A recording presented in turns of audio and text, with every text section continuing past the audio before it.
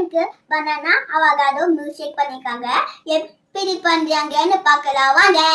இதுக்கு பார்த்தீங்கன்னா ஒரு அவகாடோ ஒரு பெரிய பனானா எடுத்திருக்கேன். இது ஒரு 3 பேருக்கு கரெக்டாக இருக்குங்க.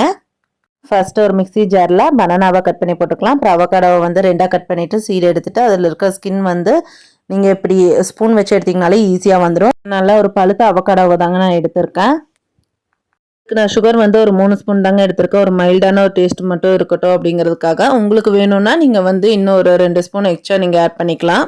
இது கூட கொஞ்சம் பால் ஆட் பண்ணிக்கலாம் பேஸ்ட் மாதிரி அரைக்கிறதுக்காக. இன்றைக்கி வந்து நான் வந்து processed milk full cream milk நான் யூஸ் பண்ணுறதுனால நான் அப்படியே நான் ஆட் பண்ணுறேன்.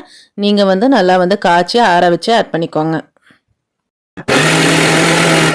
ஏன் கூட நம்ம சாப்பிட்லாம். இது டேஸ்ட் பார்த்தீங்கன்னா உங்களுக்கு வெனிலா ஐஸ்கிரீம் டேஸ்ட்டில் இருக்கும். எப்படி இருக்குது டேஸ்ட்டு? இது வந்து இந்த பேஸ்ட்டை வந்து ஒரு 3 டம்ளரில் வந்து ஈக்குவலாக நம்ம ட்ரான்ஸ்ஃபர் பண்ணிக்கலாம். அதுக்கப்புறம் எப்படி நான் லேயராக அரேஞ்ச் பண்ணுறேங்கிறத பார்க்கலாம் வாங்க.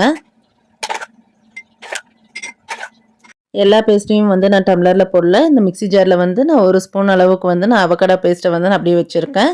இது கூட வந்து கொஞ்சம் மில்க் நம்ம ஆட் பண்ணி இதையும் நம்ம ஒரு பல்ஸ் விட்டு நம்ம எடுத்துகிட்டு வந்துடலாம்.